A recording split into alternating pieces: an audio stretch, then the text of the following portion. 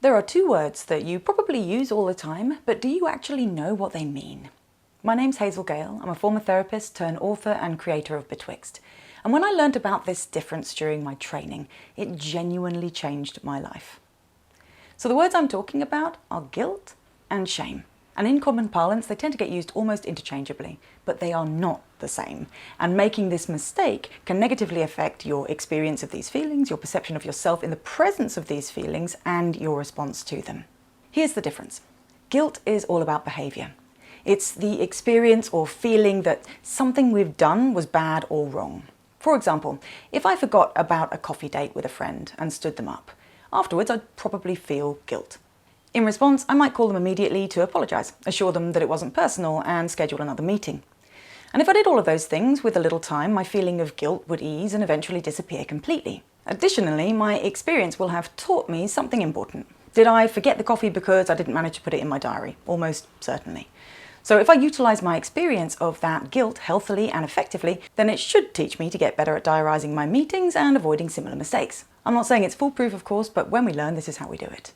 In other words, assuming it hasn't become a chronic problem, guilt is an adaptive emotional response to messing things up. It allows us to acknowledge and take responsibility for something we've done wrong, without taking it to the level of feeling as if that behaviour is proof of some kind of fundamental flaw or defect. Which is where shame comes in, guilt's maladaptive cousin. So shame is not feeling bad about something we've done, it's feeling bad about who we are. If we take the same situation of my forgotten coffee, but imagine that I'm somebody who has a sticky fear of being a bad friend, a hangover from some uncomfortable secondary school experiences maybe, then instead of guilt, I'm likely to feel shame. I stood my friend up and that means I'm a bad person. Or I stood my friend up because I'm a bad person.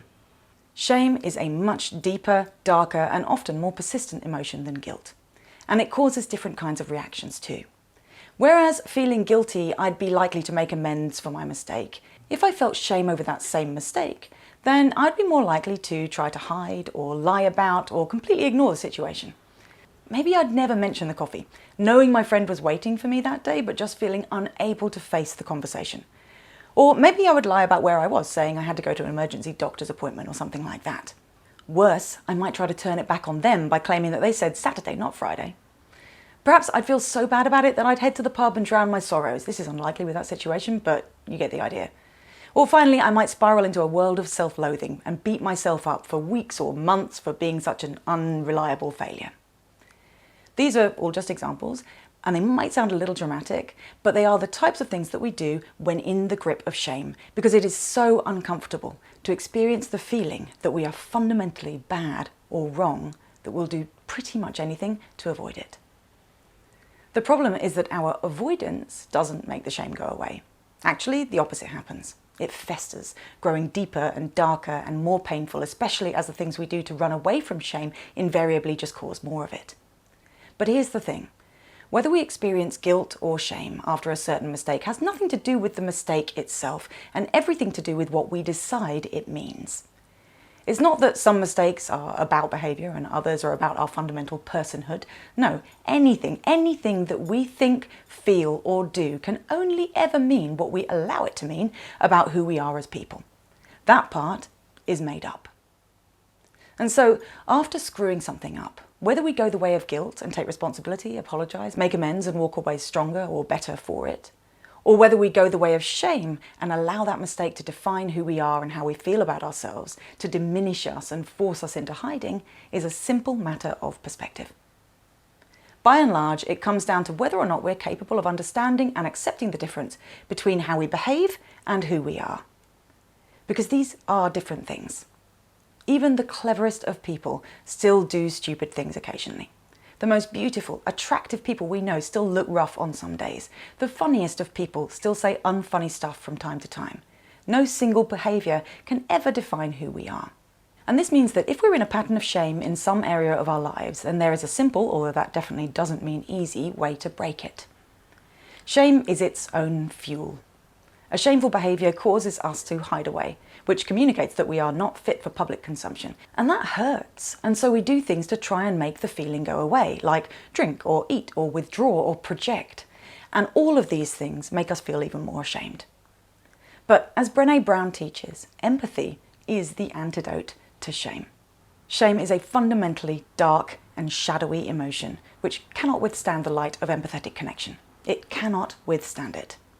And this means that even though it's the last thing we want to do when we feel shame, if we treat the focus of our shame as if we feel guilt instead, if we took honest responsibility for it, just for ourselves at first and then with others later, if we worked up to talking about it, again with ourselves at first and then with others when we're ready later, or if we find any other way to create a safe, connected, compassionate space to bring out the focus of our shame and say, this is it.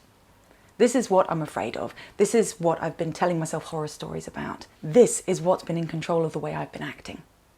Then things will change. And of course, we do need to be careful how and with whom we do this. I'm not saying this is a conversation for your hairdresser or, heaven forbid, a social media post. That's not it. This is about finding someone you can trust and with whom you can feel genuine connection. That could be a friend, a family member, and we don't all have someone like that, so it can also just be a therapist or a counsellor or yourself. We have to start somewhere. If you don't have someone to talk to, or if you're unsure about your options, don't risk it. Write yourself a letter instead. If we do that, regardless of how gut-wrenchingly hard it can seem before we start, things will change when the conversation is done, I promise you. As always, I really hope you find this helpful. And if you do, please like and share the video so others can find it. And finally, if you would like to take a journey through a magical world in pursuit of emotional and mental wellness, then you can download Betwixt, which is available on the iOS App Store and Google Play.